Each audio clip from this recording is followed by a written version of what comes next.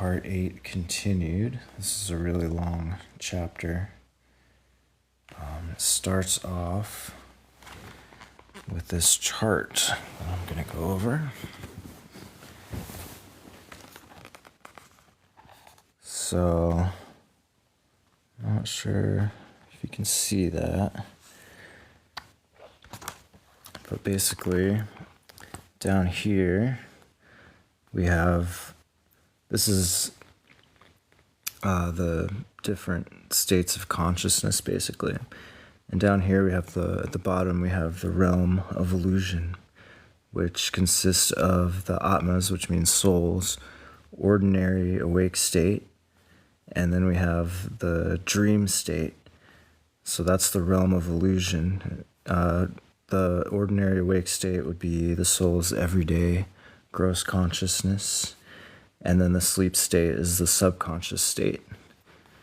And then we have the Atma fully unconscious above that, Atma's unconscious sound sleep state, which is like the soul's original unconscious state, like before the first age, the first urge, basically. That's how I interpret that. Hi, Danielle. And moving up to greater awareness and higher awakening, we have the realm of spiritual phenomena above that, where the Atma is a semi-real conscious, the Atma's divine dream state, where the soul experiences the subtle and mental planes, but not fully real yet. And then you finally get to the realm of reality, where the Atma is fully and really conscious, the Atma's divine awake state, God-conscious unitive state, so finally you have unity at this point. And then with the highest of awakening, we have the realm of perfection, where the Atma or soul is fully conscious of real and false, the Godhead, living in, with, and as God. And then we have the Atma, the other half of that is Atma fully simultaneously conscious of real and false perfection. So this chart, in case you just joined, starts with down here is like the realm of illusion that we're experiencing like every day or while we're sleeping, going all the way up to true awakening where we realize ourself. All right. So that was that chart. And here we are on part 8, continued. The evolution of consciousness. This is a long chapter, so hopefully I'll get to the end of it today, maybe. All right, when man passes away in a sound sleep state, absolute vacuum and no consciousness prevails, and though the self in man continues to breathe normally, yet in that self, no man, there is no conscious of its limited I or ego, nor is there consciousness of the limited mind, energy, body, or the world. The self in man is not even conscious of its own being. In short, in the sound sleep state of man, the self is, and consciousness is not. And when I say man, it means human. It's not a gender thing. And then this is talking about when we're asleep, we go into kind of like before the first urge to know ourselves. We're like still one with God, but we haven't gone through the whole entire process to realize who we are. So we're pretty much just unconscious, but we're still like one with everything in a way, if you look at it from the Buddhist way. Thanks for the likes. When a man wakes up daily from his sound sleep state, he normally just wakes up for no reason whatsoever except that his own dormant consciousness of impressions urges or excites his subconscious to eject out the consciousness and experience the dormant impressions which apparently vanish in sound sleep. Therefore, as soon as the man wakes up, he invariably and simultaneously gains consciousness, at first of his surroundings and gradually then of his own self, with all of its paraphernalia of the limited I, the mind, energy, the body, and the world. Similarly, no reason and no cause other than the original infinite whim of the absolutely independent God was the actual cause, the original cause for God in the original divine sound sleep state to wake up out of the unbounded original vacuum. Just as a man who wakes up from his sound sleep state has invariably to pass through the state of dreaming first and then wake up completely, gaining full consciousness after the semi-conscious state of the dream, which may last for a very long duration or only a split second. So too is it the case with God in the God is state, before completely waking up from his original divine sound sleep state. God necessarily experiences the divine semi-conscious state, which is the divine dream state or the creator state. Thanks for joining. The original infinite whim as the cause manifested the first trickle of the most finite consciousness in God. This most finite consciousness made God, now in a semi-conscious state, experience through subconscious the most finite impression of the latent nothing, which was also manifested as the nothingness. This experience of the most finite first impression of nothingness began the divine dream, the creation of the universe. So they're talking about the kind of the first urge, in a way. Kind of how he created the universe, since we're all one consciousness. Thus, the first trickle of consciousness in this God is state infused God with the divine subconscious, which in turn bestowed the divine semi-conscious state upon God, who was in the divine sound sleep state. In this divine semi-conscious state, God dreams divinely and experiences the divine dream, or the creation, much before the real divine awakening state, which state, awakening him completely, would give him the experience of God fully conscious of his infinite, unbounded, and unlimited divine nature. The divine subconscious of God also emerged from the nothing, which was latent in the God is state of everything, and necessarily was projected through the creation point, or Om point, in the original absolute vacuum of everything. Good night. Thanks for joining. The very vibrations of the projection of the divine subconscious of God through the creation point in the original absolute vacuum bestirred the divine sound sleep state of God and made manifest the original breath of God, or the original word, the divine Nod, together with space, time, and the cosmic universe, with all of its paraphernalia of the limited and finite ego, mind, energy, and the individual and multiple forms. As the projection of the infinite divine subconscious of God in the divine dream state gathers momentum, the divine dream or the creation begins to evolve, and God in the divine semi-conscious state not only begins to experience the divine dream, but simultaneously gets involved in his divine dream by identifying and associating himself with all the things which he experiences in the field of cosmic evolution. When the infinite divine subconscious of God has projected infinitely through the creation point, in the absolute vacuum, the whole creation projects forth gradually and evolves in size, shape, form, color, and so forth, in accordance with the intensity of the projection of the divine subconscious.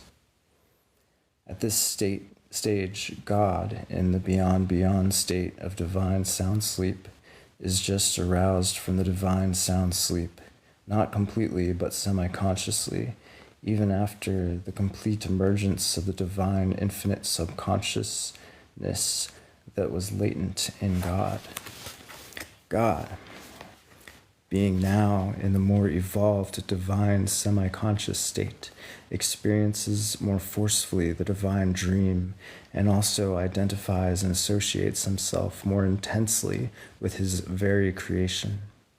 Gradually, though now more forcefully, God experiences himself as everything in the cosmic evolution and identifies himself with the universes, the airs, the inanimate and animate beings, such as stones, metal, vegetation, birds, worms, fishes, animals, and human beings.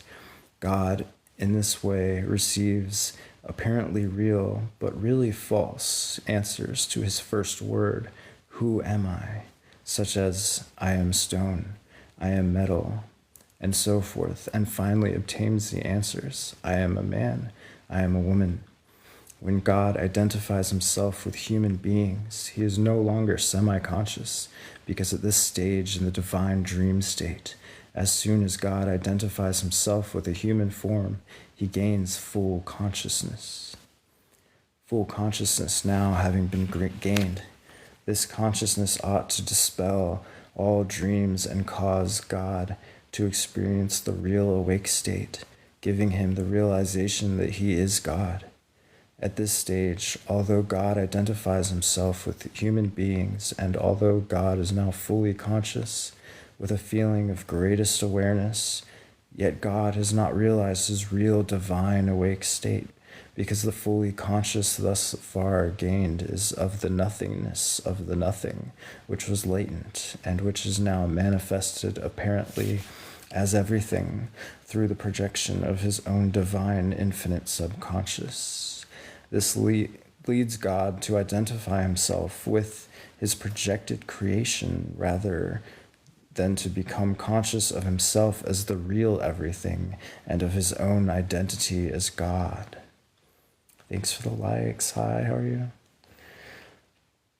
In short, this is the stage at which God, while identifying himself with human beings in full consciousness, still remains quite oblivious of his own real and original state of God is. See, we are God, but we're oblivious to ourselves, and that's why we think we're humans. Even in this state of full consciousness, God still continues to experience the world of his own creation, and with greatest awareness, simultaneously continues to identify himself with human beings, thus finding himself sometimes as a man, sometimes as a woman, according to the predominance of impressions which are opposite in nature. In other words, God in the man state, although fully conscious and completely aware, experiences himself not as God in the God is state, but as a man in the human state, not as infinite, but finite. Thank you. I'm going to read this footnote that I skipped over. Before attaining human form, there is consciousness, but not awareness. In sound sleep, there is neither consciousness nor awareness. Till the sixth plane, there is awareness. In the seventh plane, there is only consciousness. Interesting. The paradoxical irony is that God, the real now, finds false creation as real, having lost his own reality in illusion and having made his own reality an obstacle to experiencing reality. In order that God in man should experience himself as God in reality, the projection of the full consciousness of God, which is now fixed on man, should be so drawn inward that the same full consciousness, which then projected outward identified God as man, should now identify him as himself.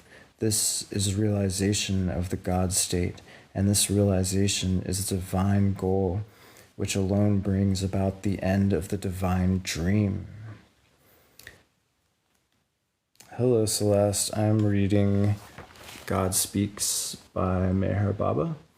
It's very raw, a little bit hard to absorb, just spiritual information, and if you just let it wash over you, you'll pick it up. And if you have any questions, or if anybody has questions, I'm happy to stop.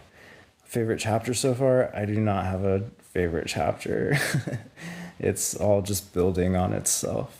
So Yeah, and there's a lot of terminology that kind of goes off of stuff we've already done. So if I'll try to explain it as I go. All right. Hi, Sky.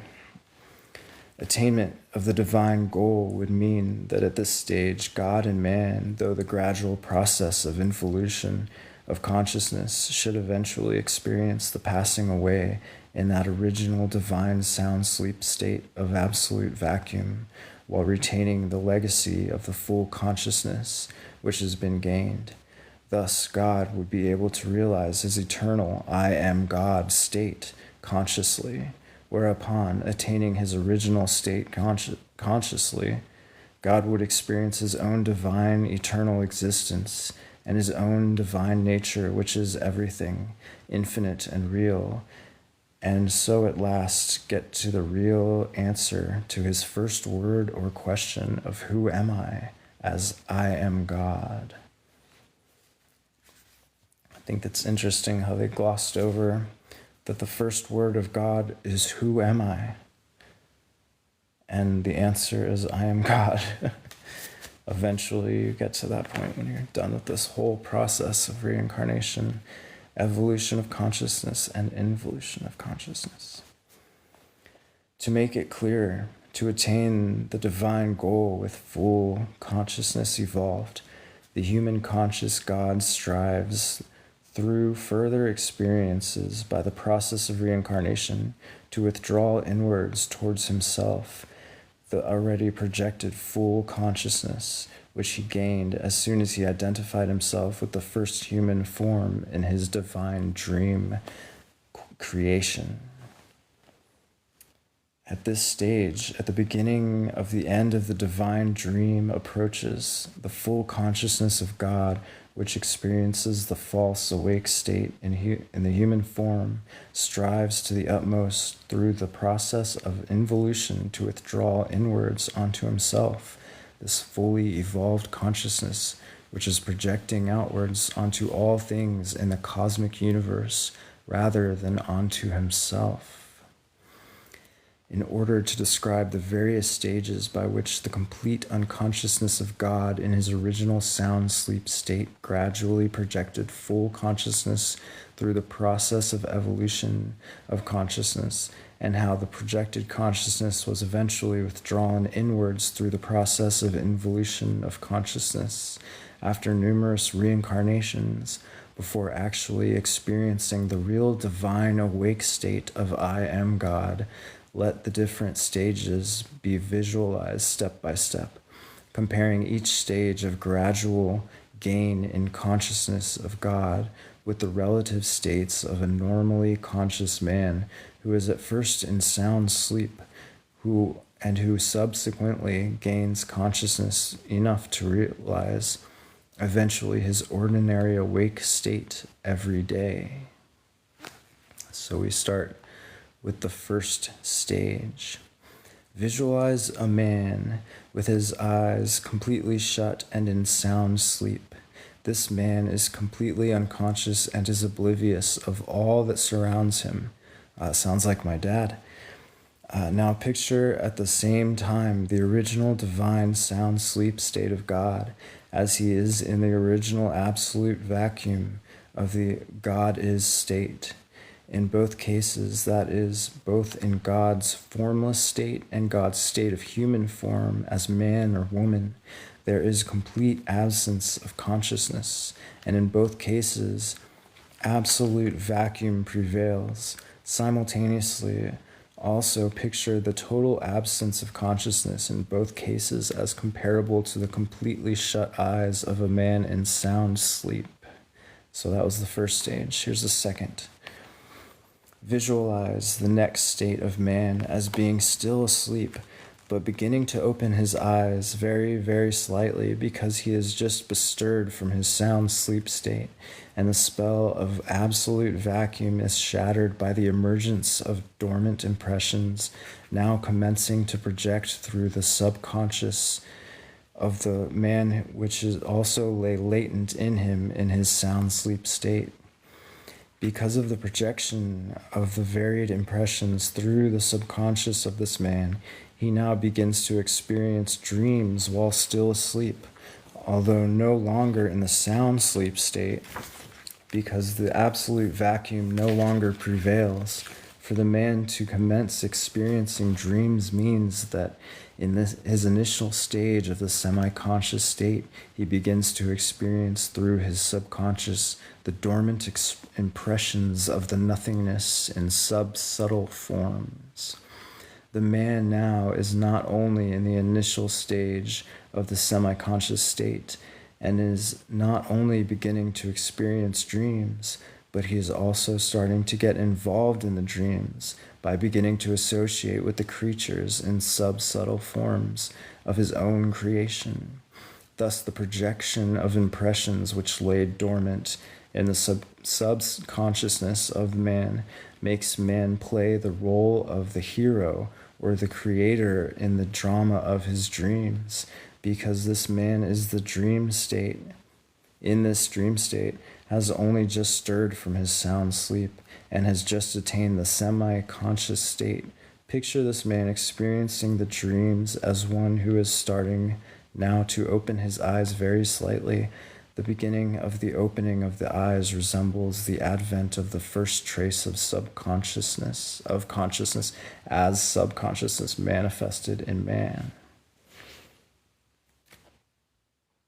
Make sure I didn't miss anything. All right.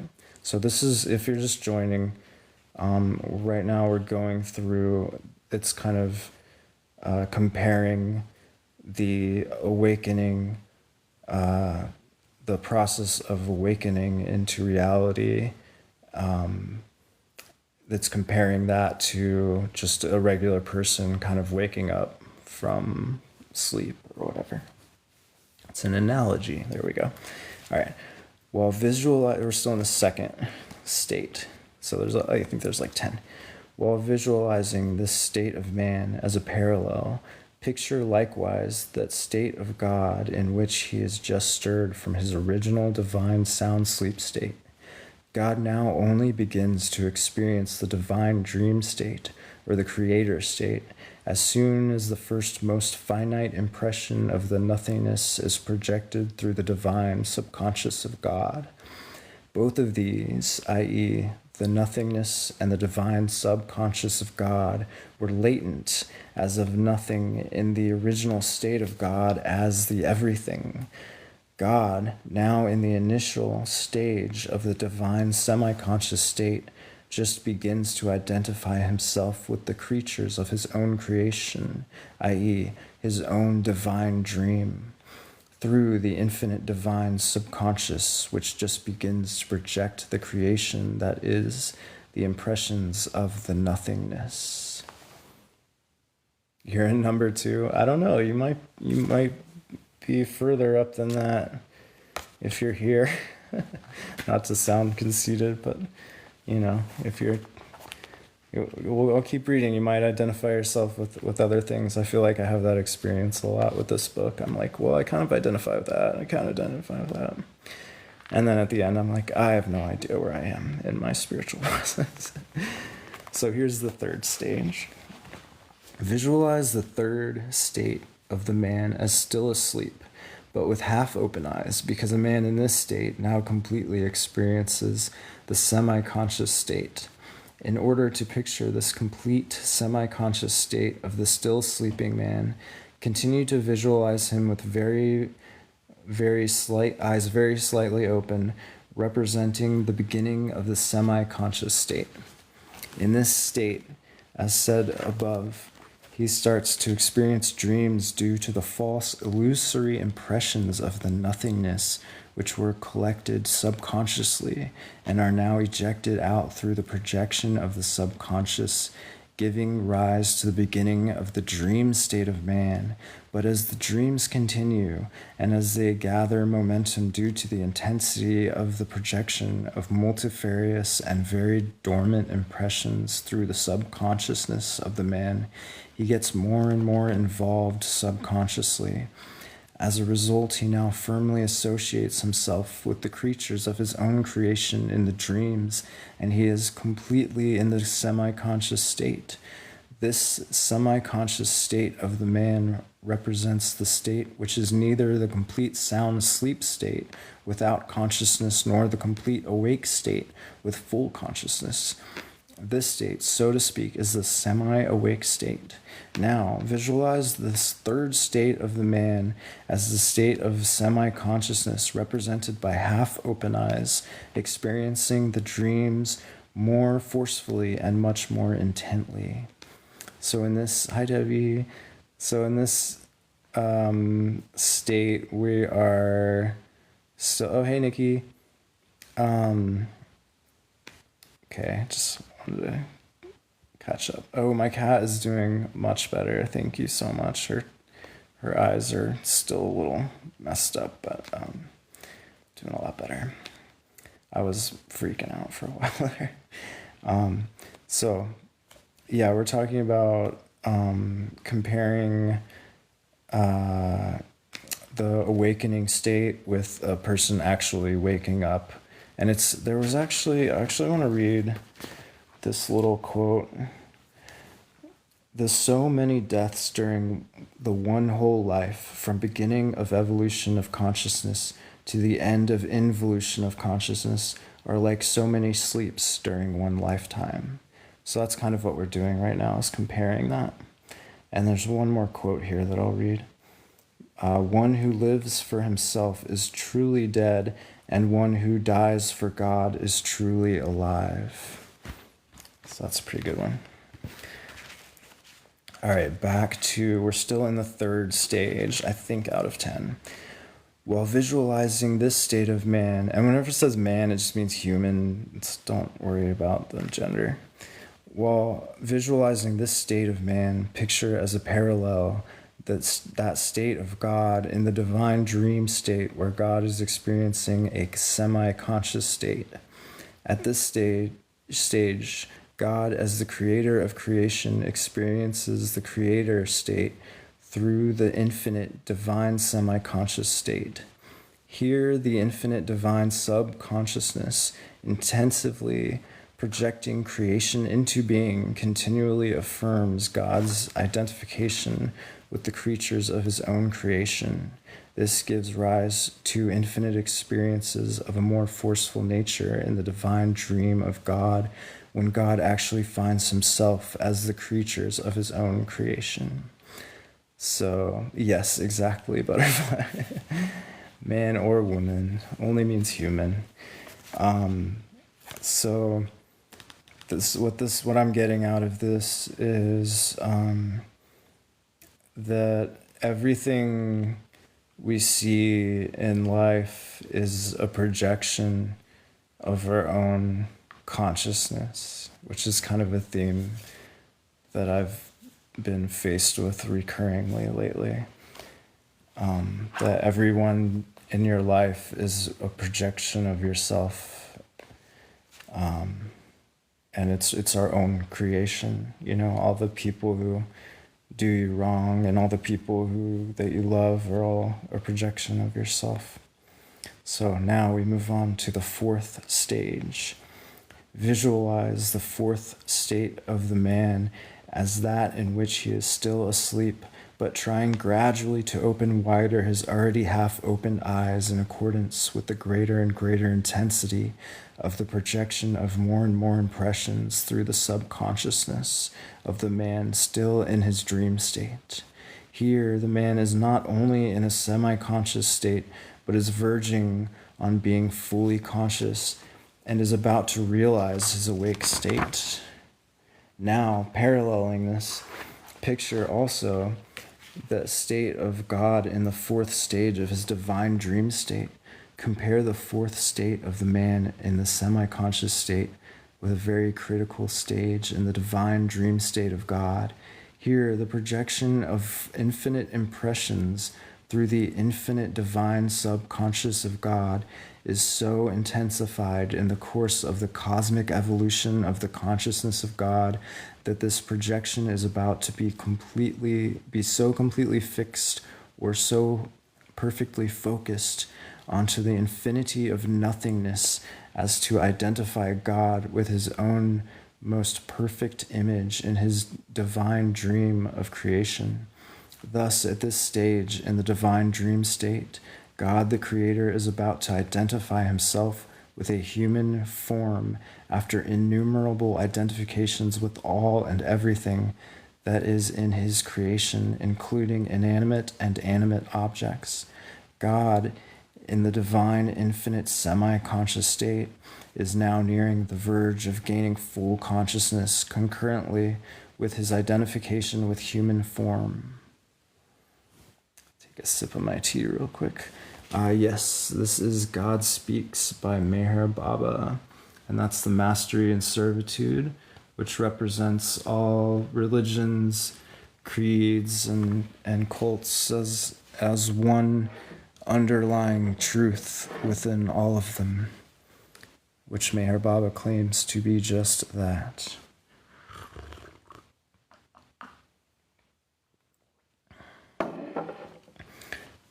And that third part was that was the fourth stage. So if you're just joining us, this is an analogy of a human waking up from sleep. And it's analogizing it to the process of awakening to fully realize the self, as we are all one consciousness, and that consciousness is God. So the fifth stage. Visualize the fifth state of the man as being still asleep, but with eyes now almost open. The man in this state is still in the semi-conscious or semi-awake state, experiencing the dreams at their height in their final stage, in which the impressions are projected through his subconsciousness with the greatest intensity. The zenith is reached both by the intensified projection of the impressions in much less hazy forms, or in greater degree of realism, and by relevant dreams which are dreamt in a greater degree of clarity or in their ripe stage. This is the stage in dreams when the subtle forms of nothingness have reached their zenith and appear more clearly. The dreams at their height now must stop, because the zenith reached by the projections of impressions through the subconsciousness of the man is at this point sufficient to excite and urge the emergence or manifestation of full consciousness at any moment. This state of the man almost fully conscious may therefore be pictured as a man with eyes almost wide open, though still asleep. This is the stage reached a split second before the man has roused from his dream state to become wide awake. This is the completely matured semi-conscious state of subconsciousness. So that kind of reminds me of, I hear about people having spontaneous spiritual awakenings. It sounds like they would be in the fifth stage here. And just to clarify, when it talks about the subtle forms of nothingness, nothing, it's, as it explained earlier, everything up until, so there's 4 planes of consciousness, and only the highest one is reality.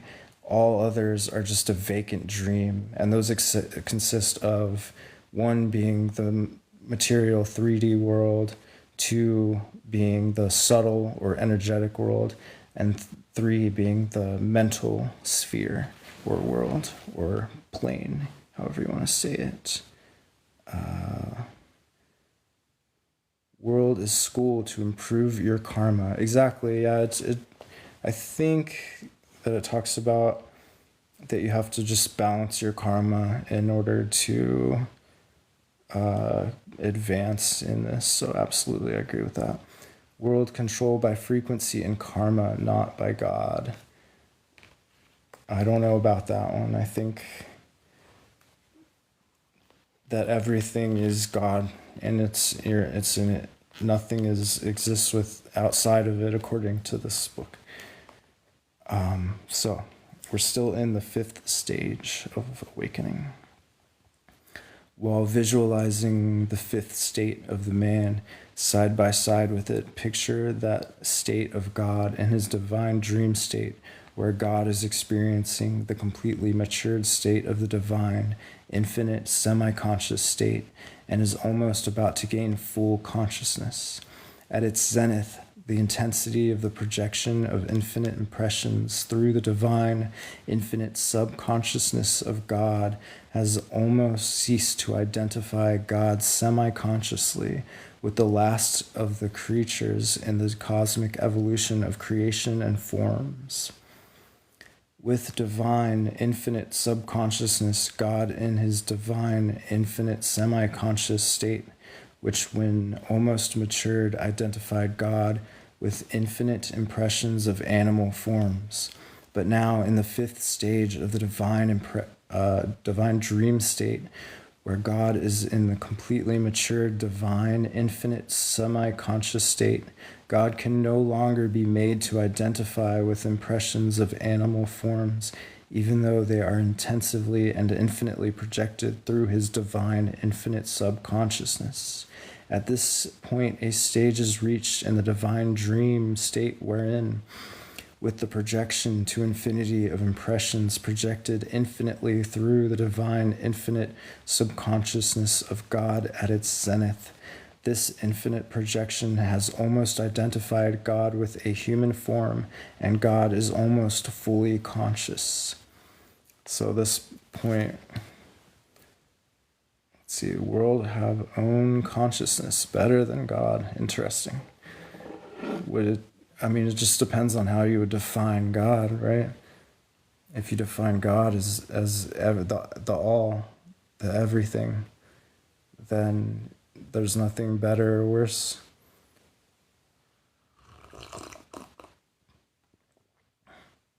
Cheers, Celeste. It's magic. All right, on to the sixth stage.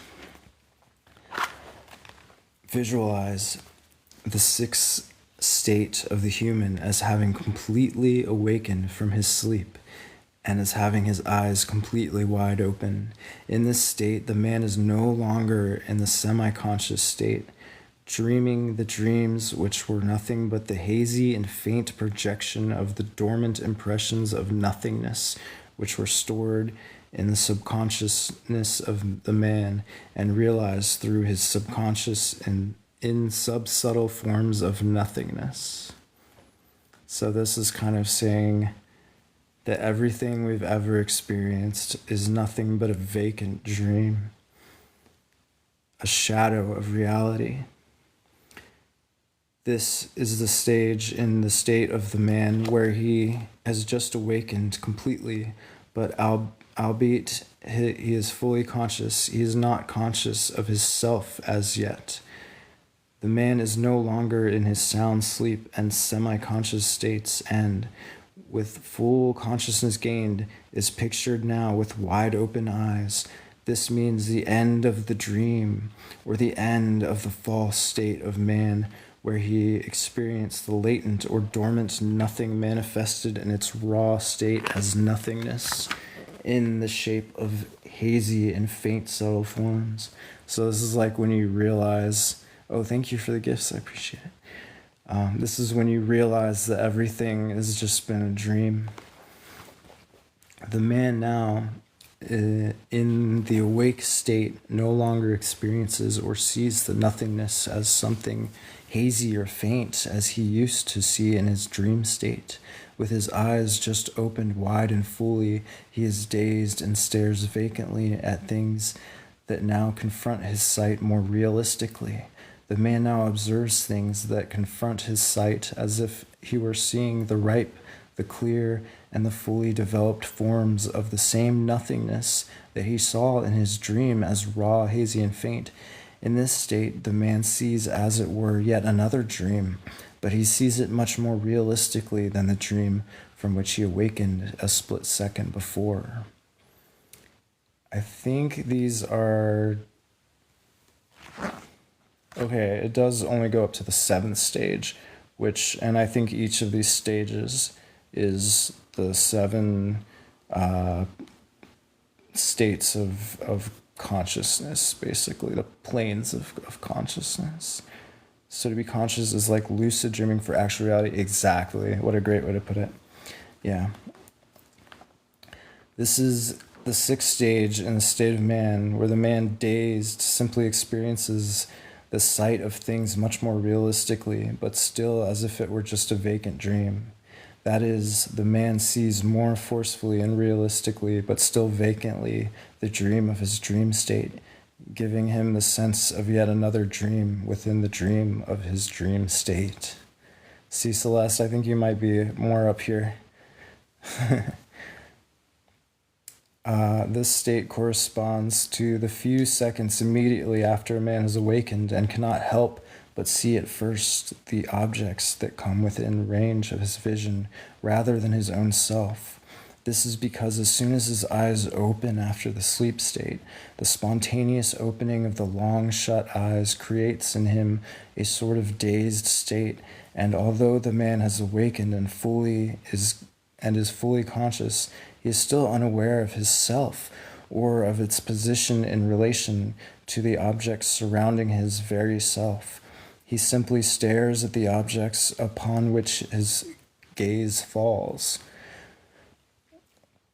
While visualizing the 6th state of the man, make a parallel of it by picturing in the same way that state of God as of the instant when God has just identified himself with a human form and has just gained full consciousness. At that moment, God is no longer in the divine, infinite, semi-conscious state, dreaming the original divine dream, which was the projection of the latent nothing released by the divine, infinite subconsciousness as the creation, or as completely evolved nothingness. In this 6th state, God is now out of his original divine sound sleep and his divine, infinite, semi-conscious states because he is now fully conscious. Here, God is conscious not of his unlimited self, nor of his infinite, unbounded, and unlimited trio nature of infinite power, knowledge, and bliss, but is just fully conscious.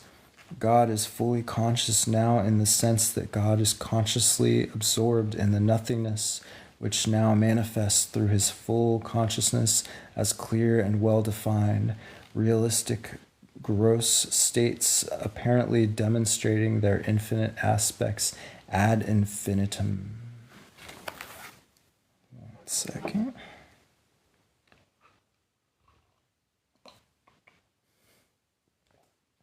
My tea's not hot anymore. All right, the 7th stage, and the last one. Visualize the 7th state of the man, where he has his eyes wide open and is completely and fully awake in a sense that he now asserts his limited self or ego and is conscious of his human form or the gross body, of his surroundings and of the gross world.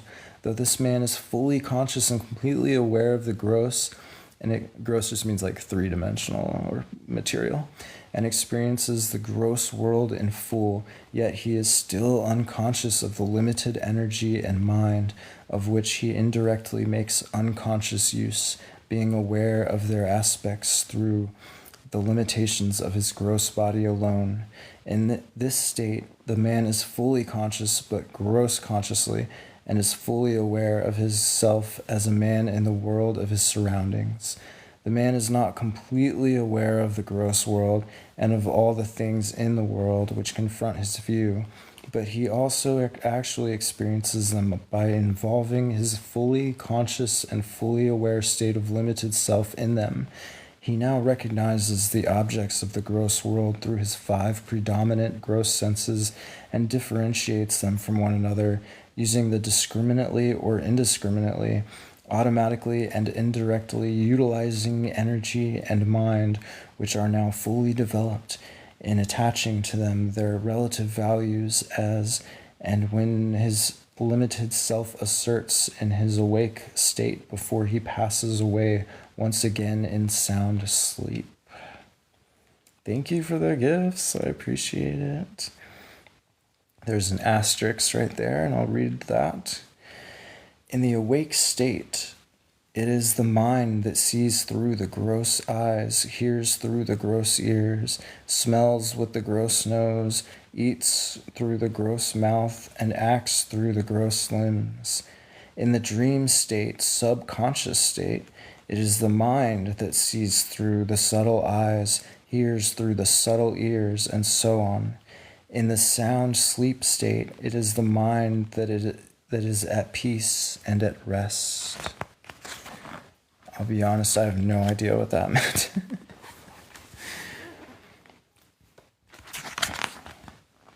Okay. While visualizing the seventh state of the man, picture likewise that state of God where God identifies himself completely with the human form and gains full and complete consciousness. God now no longer dreams divinely, the original divine dream, but with full consciousness now completely gained, he experiences falsely the complete awareness. This awareness makes God falsely aware of that original nothing which was latent in his own state of infinitude, and which, with the present gain of full consciousness, makes God experience that nothing realistically as the everything, infinite and real.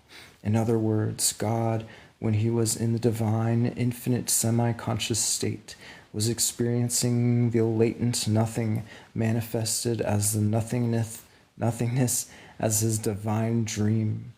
Now, when God is in a fully conscious state, he apparently experiences that nothing, not as the divine dream of nothingness, but he now actually experiences the awareness of this nothing as the everything. So yeah, it kind of sounds like what you said about the lucid dream. It's kind of like realizing that everything that ever existed was a dream, and you kind of wake up from that dream and realize that reality is like a whole nother awakening above that. High Divinity, in this stage, with the advent of awareness, although God in the state of creator has stopped dreaming divinely, the original divine dream, yet because of his having gained full consciousness and complete awareness, God now becomes completely aware of the original divine dream, not as a dream, but as something realistic, not as an illusion, but as reality, not as the nothing, but as the everything, preserving the nothing that he created.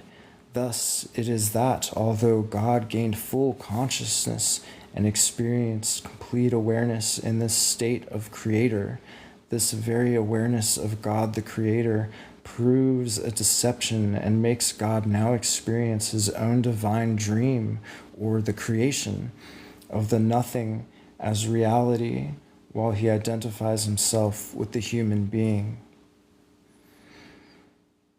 In short, God the Creator as the God in man, though now fully conscious and completely aware and out of his original divine dream state, yet finds himself not as God, but as man with complete gross consciousness, experiencing the creation of his own original divine dream state as reality.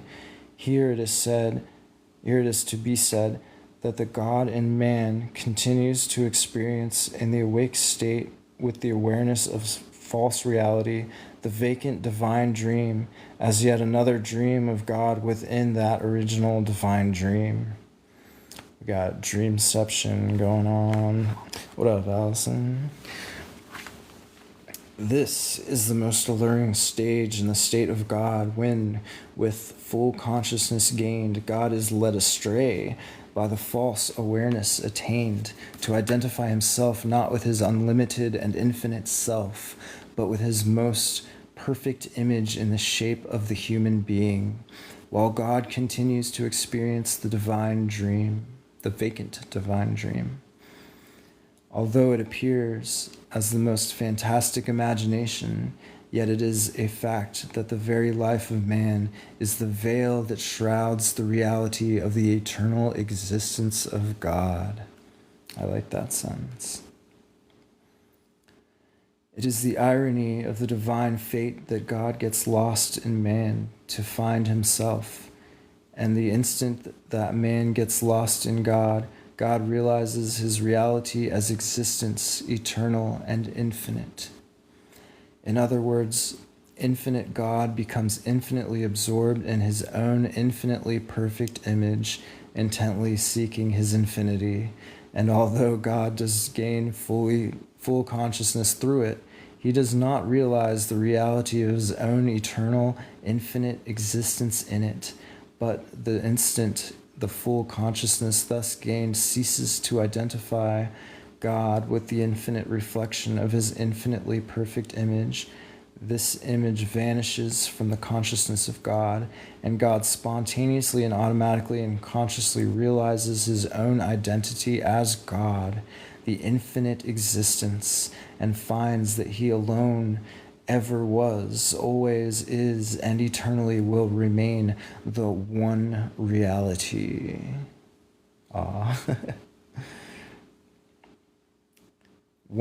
The only reality. Sorry, that part's in bold and I still read it wrong. Thus God, in the man state, at first realizing himself as man, asserted his limited aspects through the limited self or the limited ego, the limited mind, the limited energy, and the finite gross body.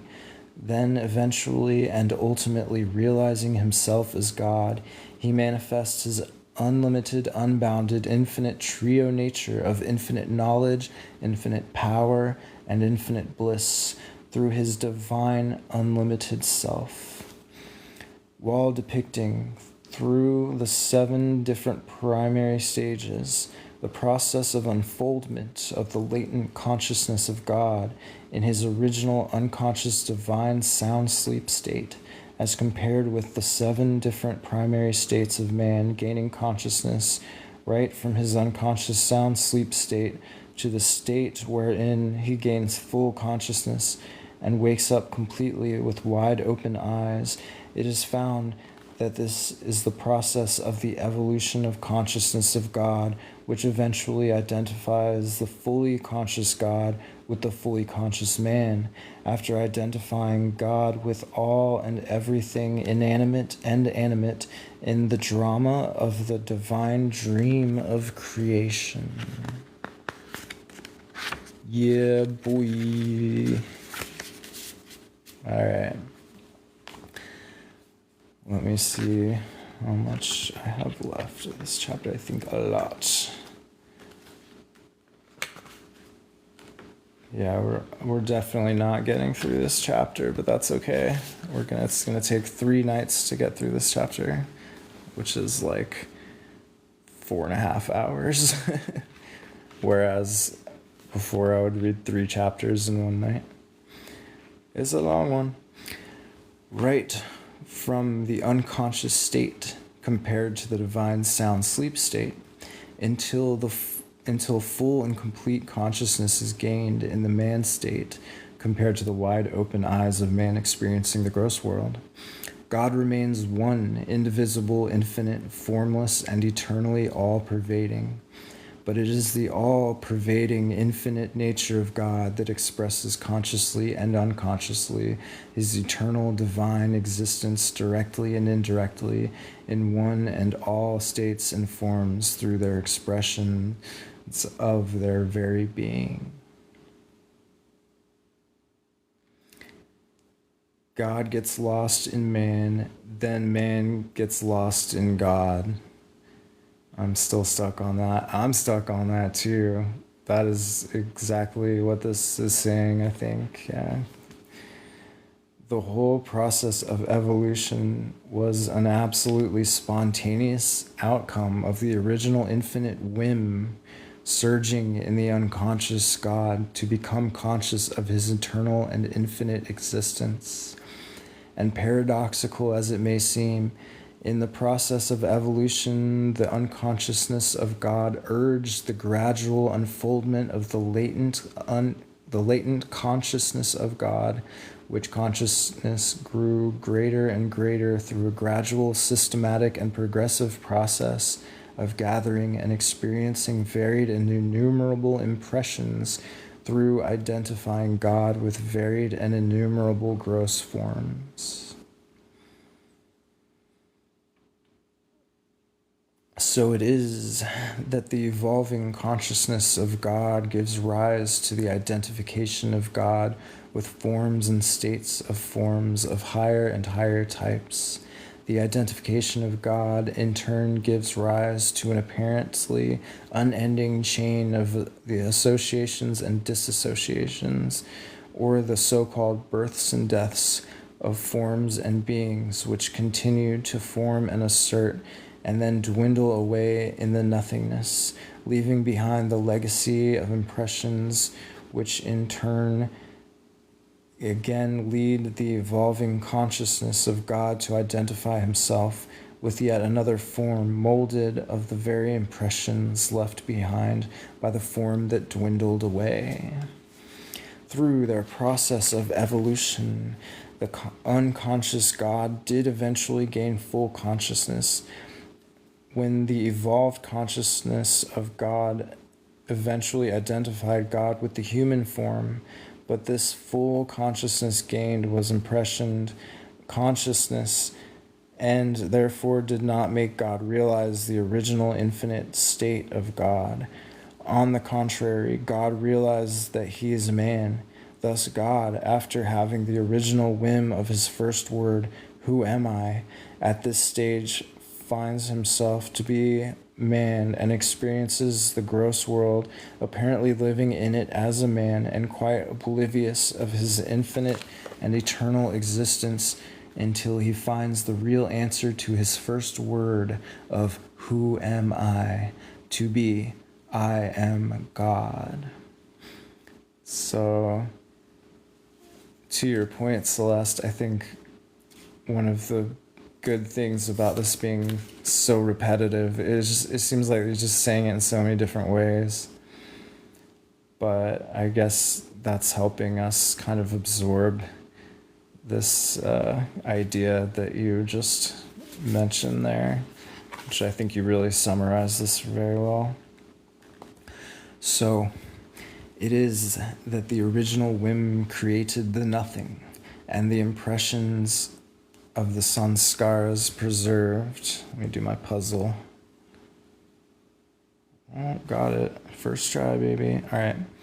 So it is that the original whim created the nothing being everything we've ever experienced, and the impressions or beliefs or the sanskaras preserved that nothing as the nothingness, i.e., the creation and the creatures of creation, and eventually the opposite impressions will ultimately uproot these impressions and destroy that nothingness to give realization of reality. It was the original whim of God that affected in the absolutely independent God the infinite triune attributes of God the Creator, God the Preserver, God the Destroyer. And, did I say God the Creator, God the Preserver, and God the Destroyer, i.e. Brahma, Vishnu, and Mahesh.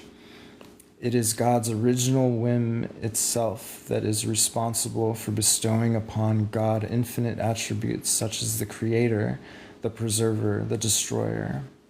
These infinite triune attributes of God consistently force assertion through consistent formation, conservation, and dissolution of all things and beings in existence. Even in the everyday life of man and of all creatures in creation, this infinite triune aspect of God consistently appears to assert through consistent births, procreations, maintaining the preservation, and deaths. I don't know if I can say that on TikTok. I'm just going to say it, deaths. The original first word through the original whim of God, created out of the latent nothing, the latent original first impression of who am I, and this original first impression procreated the latent nothingness as the original creation. In turn, the procreation of the nothingness procreates the impressions which continue to preserve the nothingness consistently as the original creation, until eventually this nothingness is destroyed by opposite impressions through the process of reincarnation and involution of consciousness, and the final answer of I am God is obtained to the first word, who am I? Being is God, aka I am. Exactly. That is, the final answer to be obtained. It's like we're one consciousness, and then we get this sudden urge to know ourselves, and we ask the question, who am I? And then we start this process of the evolution of consciousness and go through all the physical forms up to human. And then at that point, we're fully conscious and we start the process of involution, which is like returning. What's that song lyric? Life is a waterfall. It's like System of a Down. Life is a waterfall.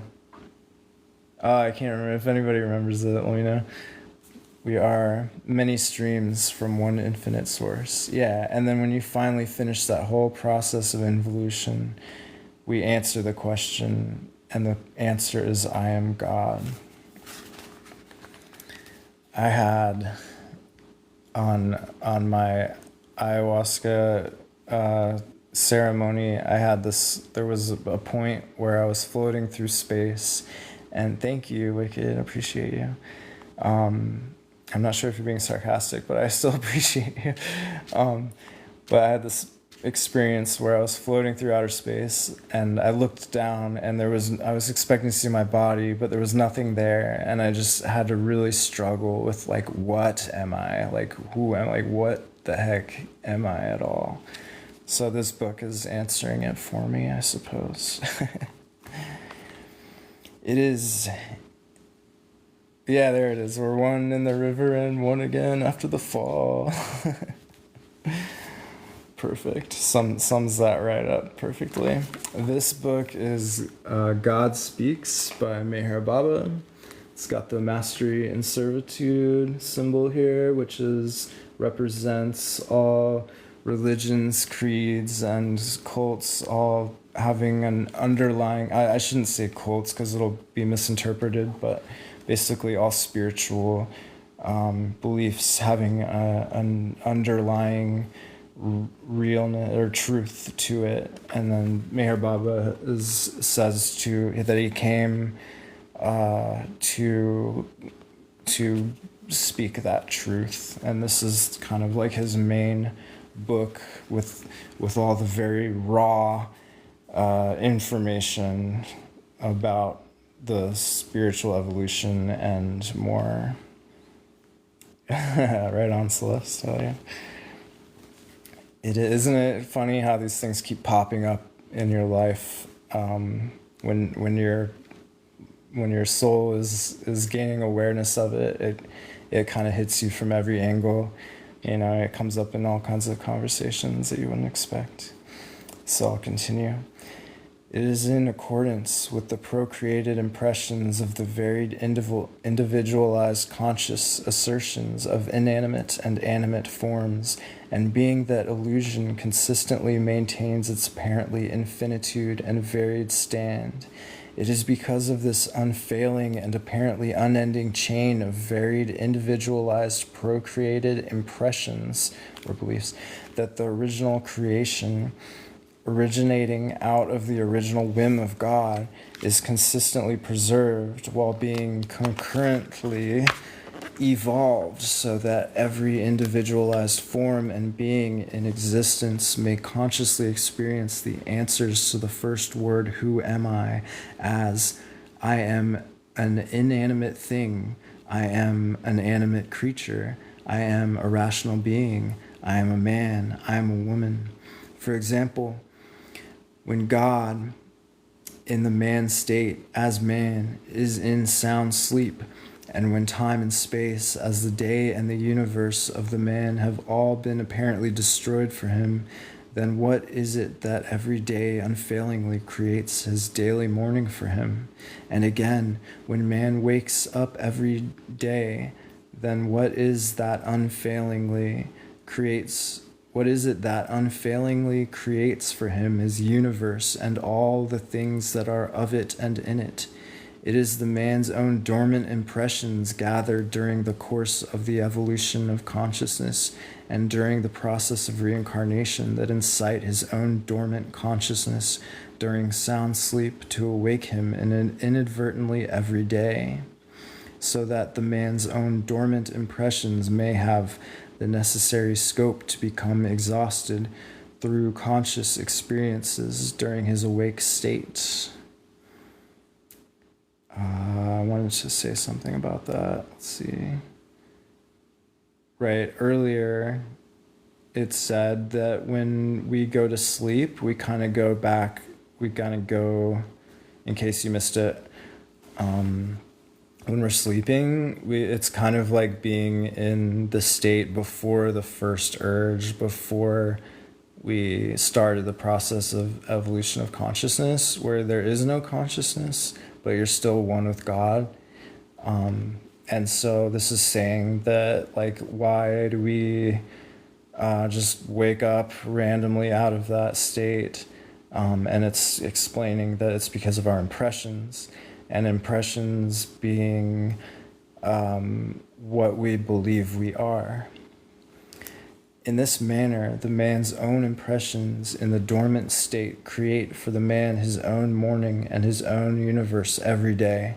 Although both the daily morning and the universe of the man were simultaneously created for him by his own dormant impressions, yet both were already handily preserved for him by his own impressions of his life in the everyday awake state, and also through the procreation in his own everyday life of deeper and deeper impressions or samskaras of the already existing illusion or of the original creation which sprang from the original whim of God.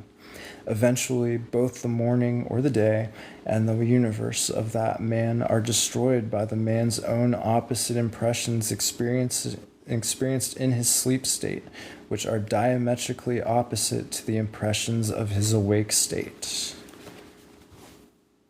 Grab a sip of tea here.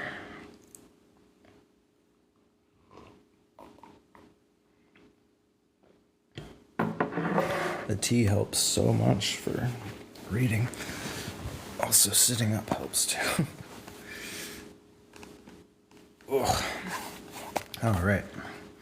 Hence, in regular, unfailing succession, God, in the man state as man, consistently asserts himself as the creator of his own creation through the dormant impressions of man, as the preserver of his own creation through man's leading the everyday life in the awake state, procreating the impressions of creation, and as the destroyer of his own creation through the opposite impressions of man when he falls asleep and ultimately passes away in a sound sleep state.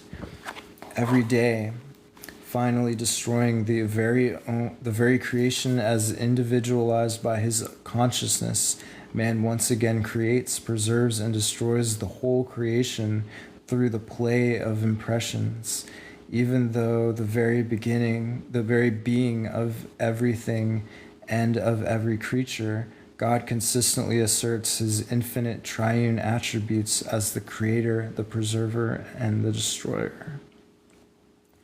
So I'm not positive, but what I think I just read is that when you wake up, you literally create the universe, and when you go to sleep, it disappears.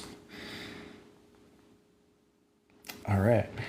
As in the nature of the man state, so also in the nature of every state of God, God consistently asserts directly and indirectly, apparently and really, his infinite triune attributes of creator, preserver, and destroyer at one and the same time, even in the very pulsation of the heart and in the functioning of the lungs, the three aspects of the infinite triune attributes never fail to assert.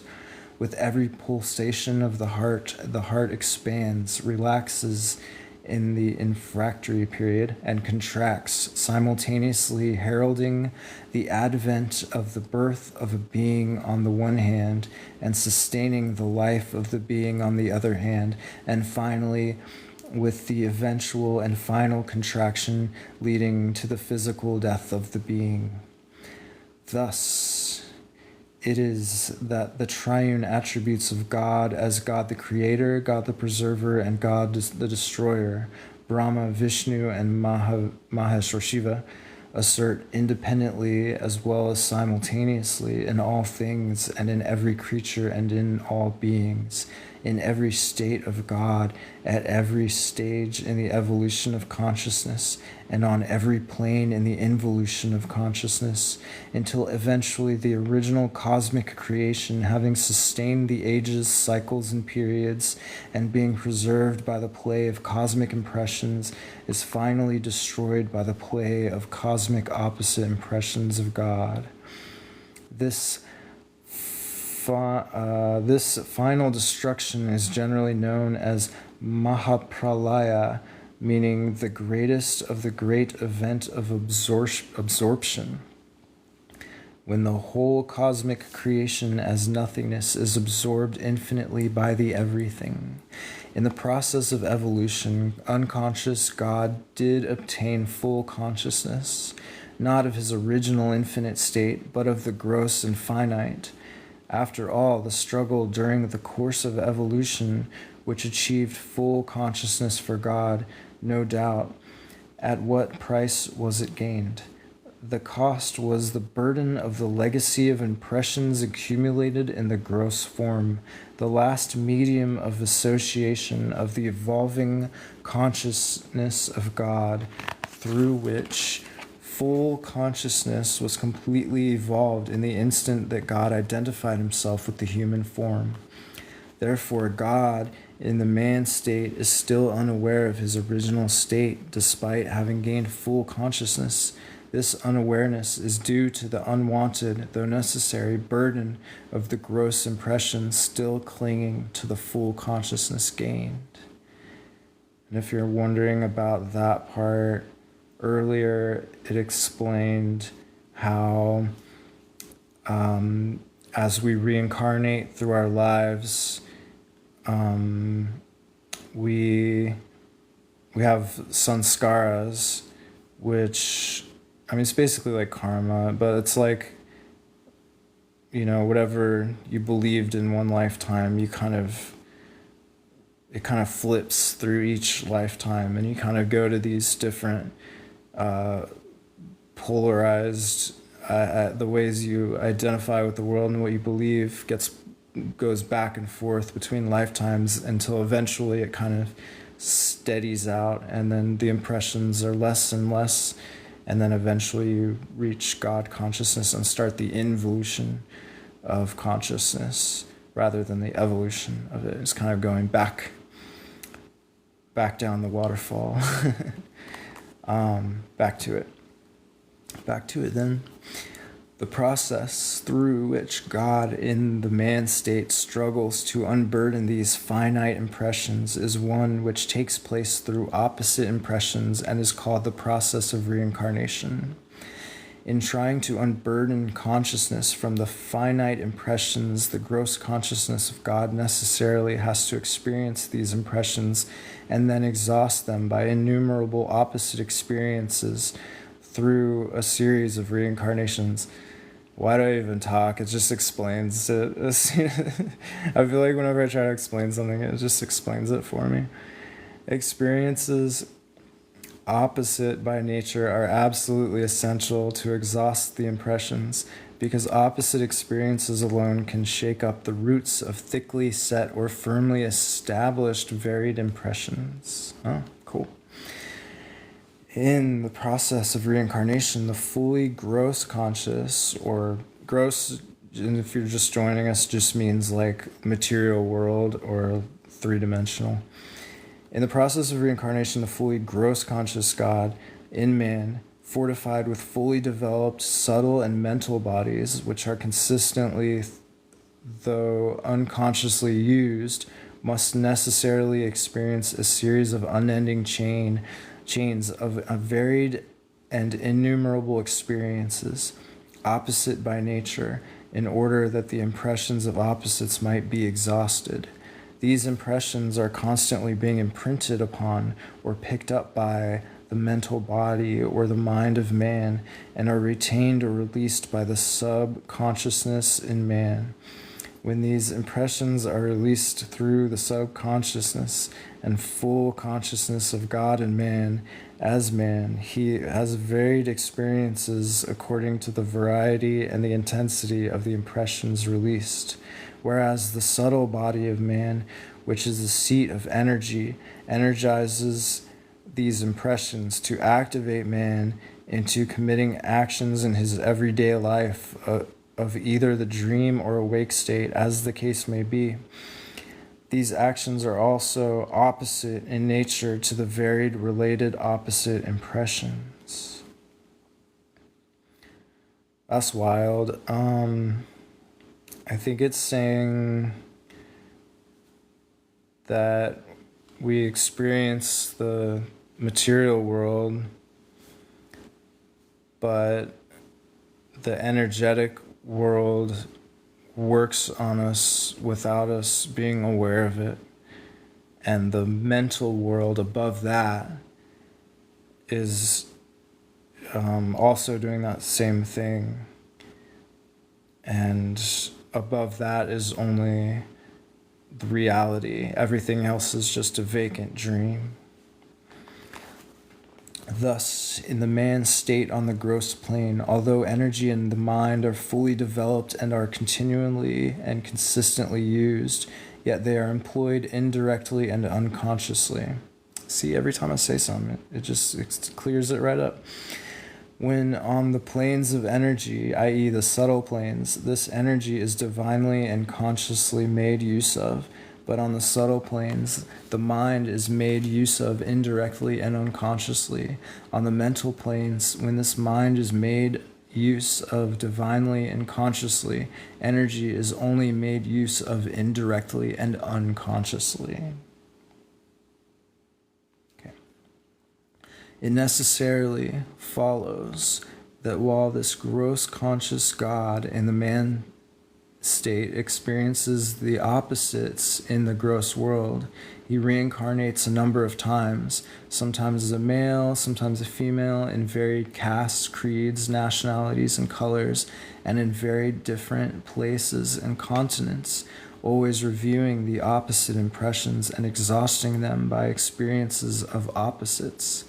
It is always through these diverse oppositional impressions and their respective opposed experiences that gross conscious God in this man state on earth can possibly one day, after millions of rebirths, thin out the thick set impressions.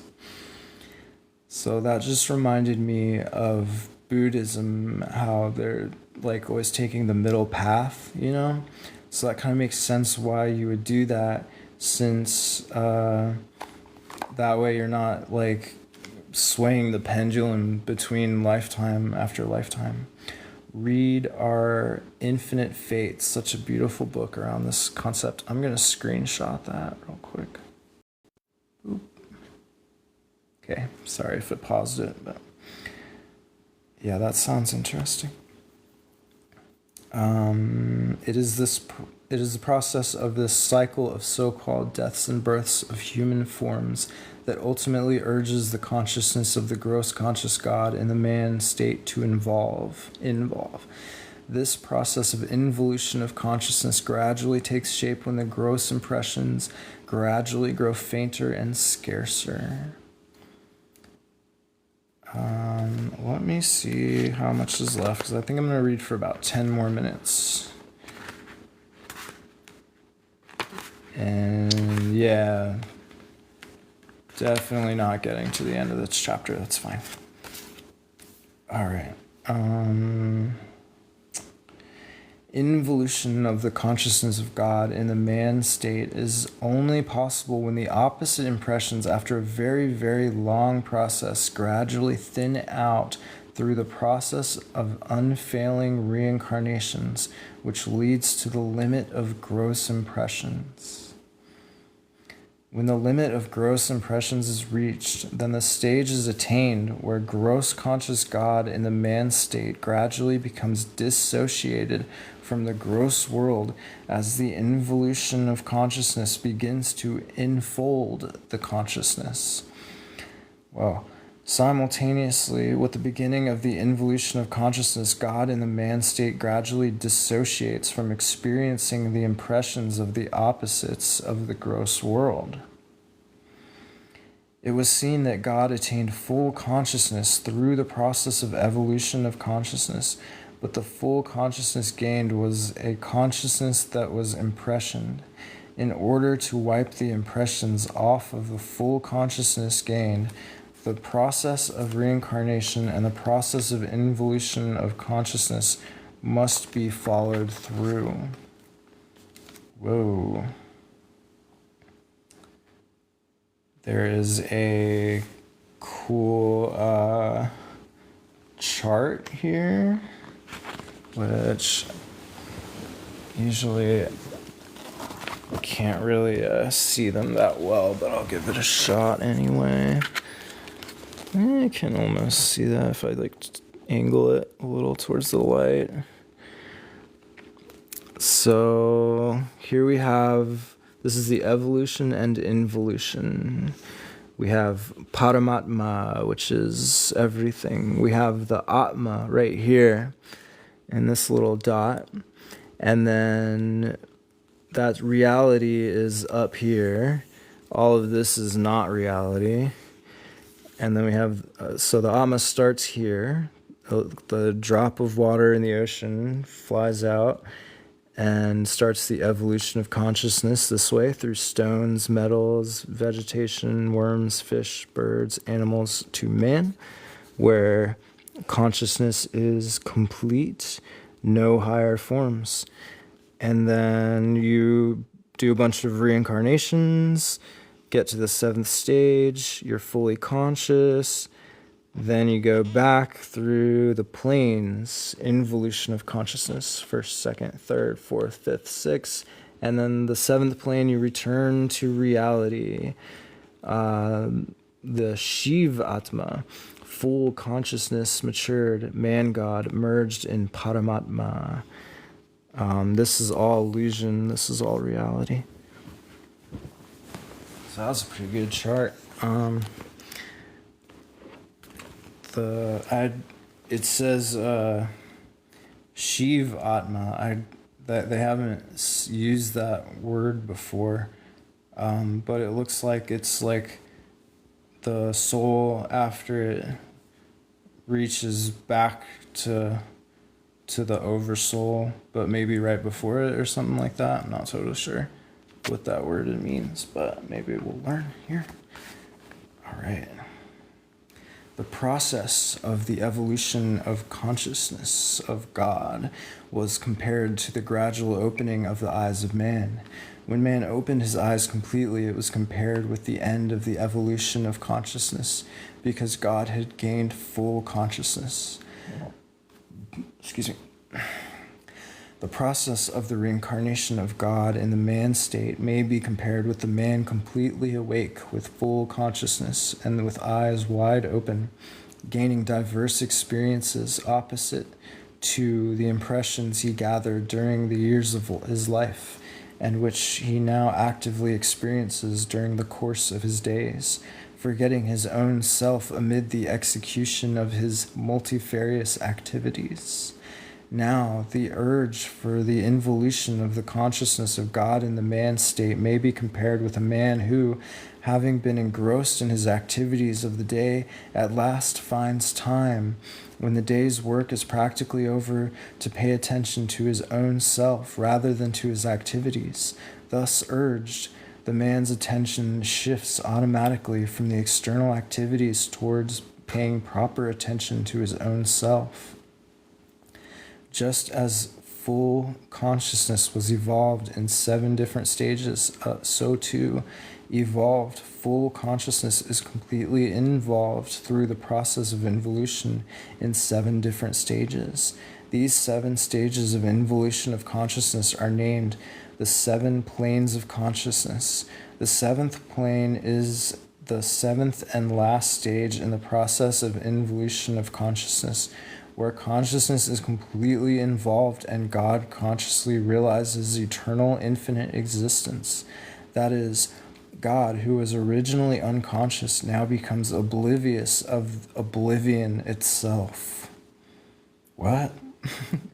That is, God, who was originally unconscious, now becomes oblivious of oblivion itself. So now he's conscious, I guess. It's a funny way to say it. These 7 stages of gradual involution of the consciousness of God in the man's state may be compared with the wide open eyes of a man, at first gazing straight ahead of him and away from him. Then, in an attempt to behold his own self, he lowers his eyes gradually, shifting them in 7 stages until eventually his range of vision includes his own self. Through unfailing numerous reincarnations wherein a limit to gross experiences is reached, and when the gross impressions become faint and almost defunct, the gross consciousness of gross conscious God in the man's state gradually begins to involve, and God in the state of man is initiated into the process of involution of consciousness. At this stage, the involving gross consciousness experiences partially the first stage or plane of the subtle world through the medium of the already fully developed subtle body of God in the man state. This is the initial stage before the first plane, where the involved gross consciousness of gross conscious God in the man state obtains the first glimpses of the first plane of the subtle world, and experiences their impressions partially through the gross body and partially through the subtle body. Here, both the gross and the subtle senses are simultaneously used. Crystal, what's up, dude? How are you? Thank you so much for the gifts. I appreciate it. And the heart me. Just scrolling back to make sure I didn't miss anything. Oh, wow, you're going crazy. Thank you so much. How are you? I'm just wrapping this up. So I've been reading for about an hour and a half. So this is the very end. I'm powering through this. All right. Thank you so much for joining. With further involution of gross consciousness, the gross conscious God gradually experiences completely the first plane of the subtle world. Now, the gross conscious of God in the man state is no longer gross conscious, but is subtle conscious. Subtle conscious God, gross meaning the material world, subtle meaning the energetic world. Subtle conscious God in the man state gradually becomes conscious of the second plane of the subtle world as the involution progresses on and on to enfold consciousness further and further. This subtle world is the domain of infinite energy, the infinite and unlimited power, which is an aspect of the infinite trio nature of God when radiated from unbounded infinity into the finite worlds of illusion, is translated into the finite and manifested in the domain of the subtle world in the form of infinite energy of the subtle world. Dang. King, I'm so happy to see you here. It's been a while, my friend. My gosh. Good to see your presence here. And oh man, I should add some I need to add some stickers. I hadn't even really thought about that until now. I'll have to come up with something for that. So yeah, and as I just said, I'm just wrapping up here, so this is the I'm about to stop reading in just a minute, so I'm trying to find a good stopping point. Thus, in the second plane, God in human form is subtle conscious, and therefore he is not conscious of the gross body and the mental body, the mind. But God in human form does work through the gross body and through the mind, the mental body, not directly, but on and from the subtle plane. I'm going to read one more paragraph.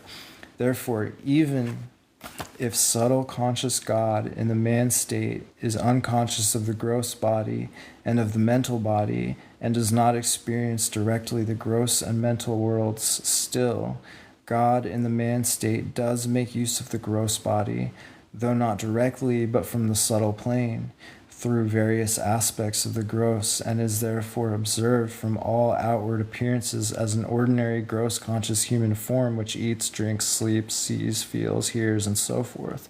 Similarly, God in the man state, when conscious of the second plane of the subtle world, does use his mental body, i.e. the mind, not directly but through various aspects of which give it the outward appearance of being an ordinary, gross conscious human form, having thoughts, desires, and emotions.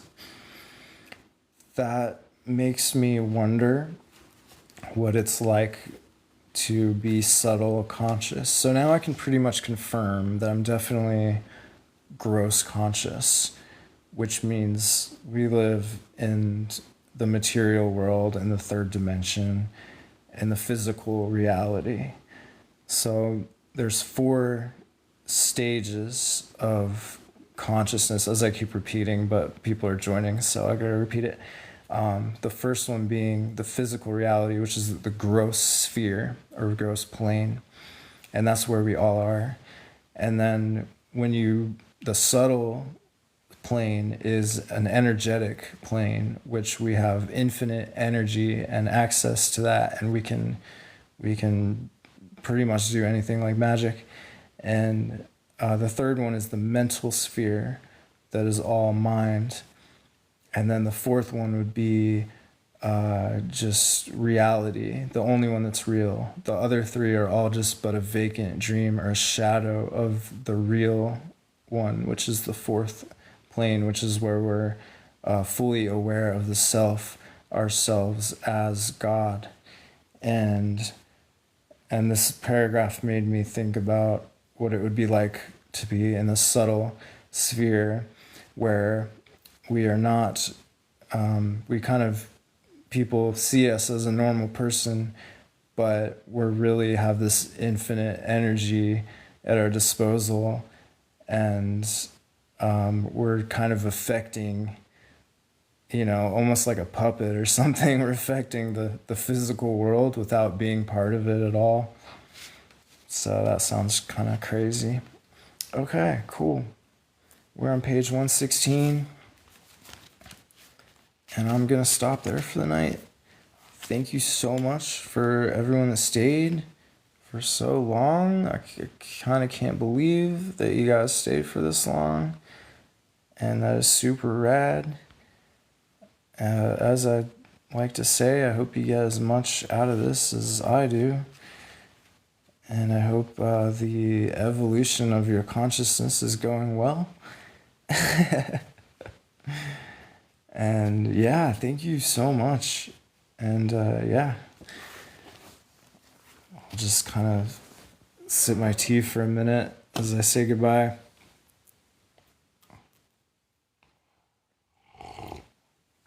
Hope you guys have a good Halloween.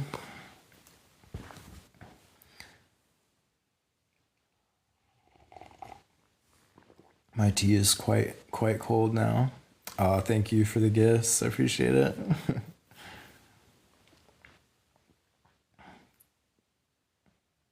Heck yeah. I hope you guys have a good time tomorrow, whatever you're doing.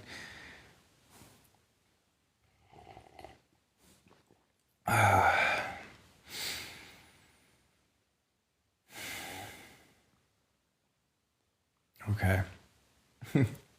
You don't have to send anything. Thank you so much.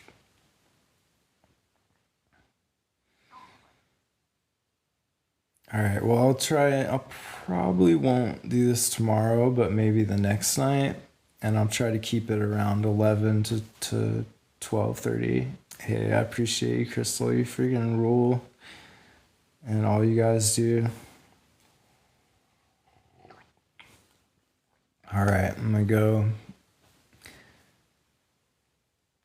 find some snacks and pig out. All right, you guys, take care. Have a great night. I'm out of here. Much love.